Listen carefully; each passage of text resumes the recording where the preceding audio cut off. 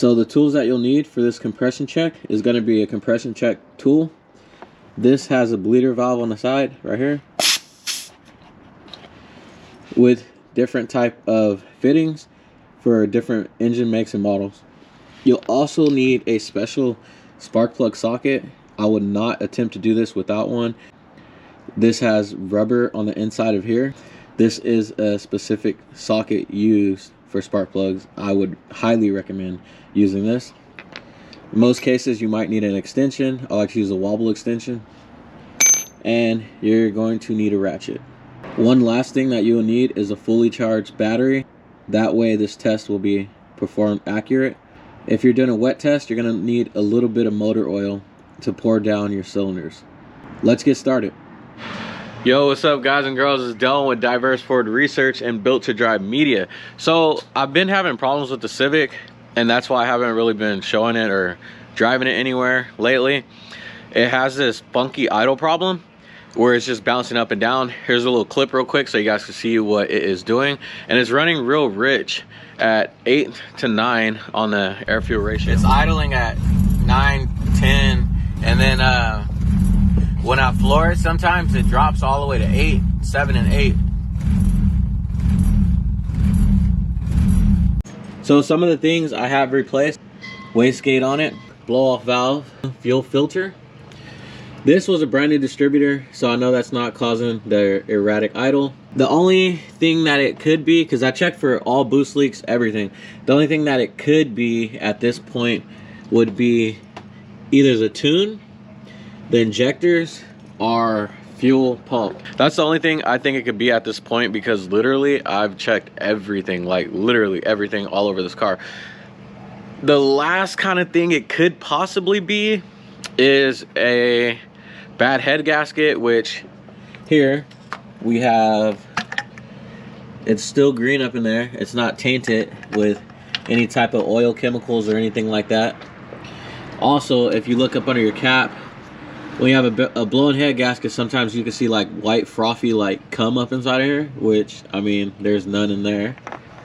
So what we're going to do now is a compression check on it. We're going to do a dry compression check and a wet one. You guys probably seen this hundreds of times, so here it is again. I'll show you guys how to do it. One thing to take note of when you do or perform a compression check, make sure that you have a battery with ample enough charge to get through the test. So with this battery in the Civic, we have a race car battery in here. It's a PC680 by Odyssey, and it will not withstand a compression check. So what we're gonna do is pull the battery out of the Hummer, stick it in the Civic. That way we can have an accurate compression check on all 4 cylinders.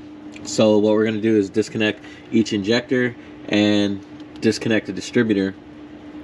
Take out all 4. This wire is like hella rusted, even though whatever.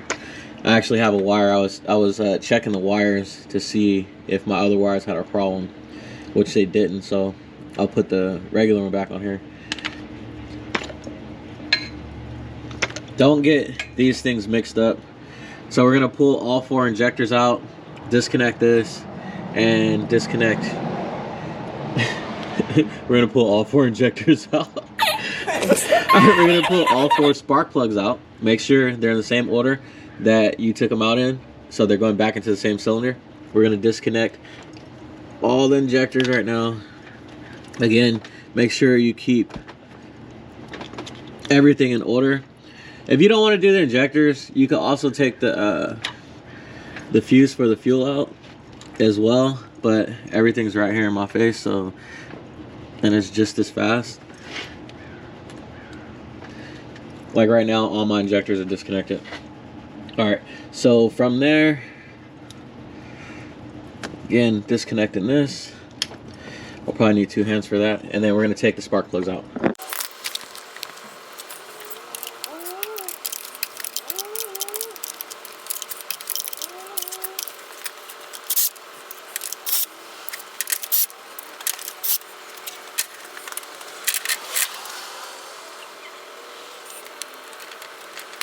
At this point, it's a good time to check your spark plugs. Make sure they're wearing even. They all look the same. And you can also check the gap if you'd like to at this point. These spark plugs look fairly good. It has been running a little rich, I do know that. So you can kind of see, you can see it on these plugs, but they don't look fouled out in any way. Now that we have all this disconnected and ready to go, we're going to take this, stick it inside of the hole. We're going to start with the first cylinder. Finger tight. We'll take the gauge, connect it on there. I like to stick it in the hood to where I can see it when I'm starting the engine. So it'll sit like that.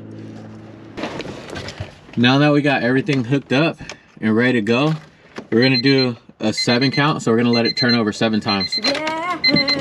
1, 2, 3, 4, 5, 6, 7.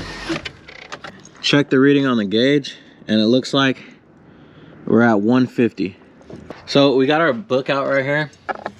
This is gonna be cylinder 1, 2, 3, 4, dry and a wet test. So cylinder 1 was at 150. Then we're gonna repeat all the way till we get to 4. Then we'll perform a wet test. Yeah. Everything's ready to go. Cylinder 2, we're gonna go to 7 cranks. Like slightly over 150. That's exactly as the same as the first cylinder. That's good, guys. Now we're gonna go to cylinder 3. All hooked up. Let's get it.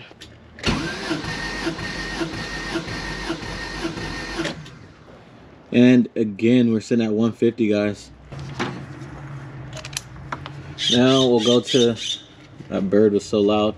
We'll go to the last cylinder. After this, we'll perform a wet. Yeah. Check.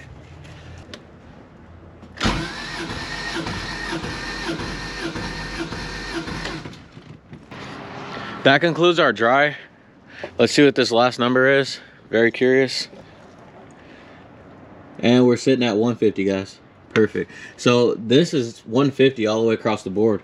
Now that we got 150 all across the board, what we're gonna do now is perform our, you can stop right now if you'd like, but we're gonna do the wet test right now. You don't have to do this. The wet test is gonna make sure your oiling rings are still good.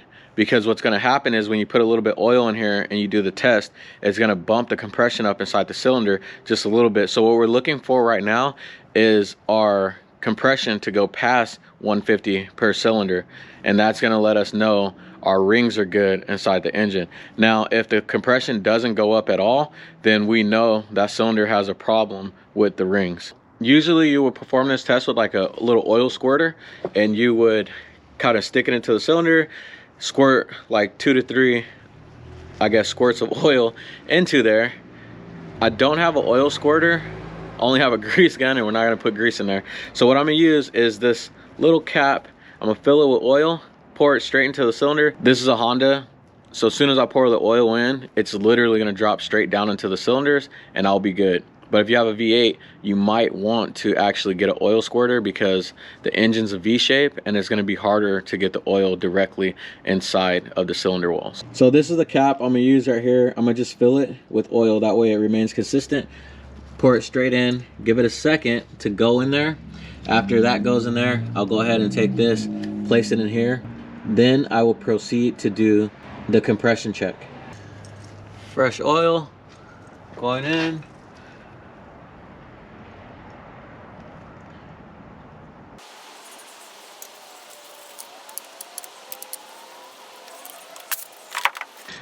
Now that we have that inside the cylinder and it's ready to go, again, we're looking for an increase in cylinder pressure.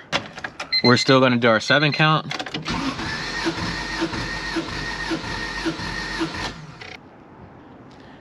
So it looks like with the wet test, it went up about 10. So we're at 160. So that's good. That lets us know our rings are still good. So we're gonna go ahead and proceed with the rest of the cylinders. I'll do this off camera, I don't wanna bore you, and then I'll show you guys the numbers. All right, guys, so I wanted to go over the numbers with you. In cylinder 1, 2, 3, and 4 on our dry test, our results are 150, 150, 150, and 150. This shows that our rings are looking good, and we do have a considerable amount of compression. So the engine should technically still be healthy. Another check you could do after this, if you're still uncertain, is the leak down test. And we could cover that in another video if you guys want me to show you how to do it. If you found this video helpful, please drop a comment below, like, subscribe to the channel, and share this content with someone who might need it. This is Dylan with Diverse Ford Research and Built to Drive Media, signing out. Peace.